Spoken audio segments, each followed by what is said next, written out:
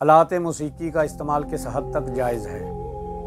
एक तरफ हजूर अकरम सल्लल्लाहु अलैहि वसल्लम ने शादी ब्याह और खुशी के मौका पर दफ बजाने और गाने की इजाज़त भी फरमाई, दूसरी तरफ मना भी फरमाया। अब इसको समझने की ज़रूरत है कि क्या किया जाए। इसका मतलब ये है कि खुशी के मौका पर इजाज़त अता फरमाई, और इजाज़त से मुराद ये नहीं है कि 24 घंटे इसी काम में लगे रहें। ऐसा भी नहीं होना चाहिए कि एक तरफ नमाज हो रही हो, दूसरी तरफ दफ बजा रहे हों, एक तरफ मैयत पड़ी हो और दूसरी तरफ हमसाए दफ बजा रहे हों। इजाज़त है, लेकिन एक हद के अंदर रहते हुए। जब हद से बढ़ोगे तो उस वक्त इजाज़त नहीं होगी। और फिर दफ बजाए और साथ फहश कलाम गाए, फिर भी इजाज़त नहीं है। लिहाजा इजाज़त है, मगर ख़ास मौक़े पर एक ख़ास हद तक।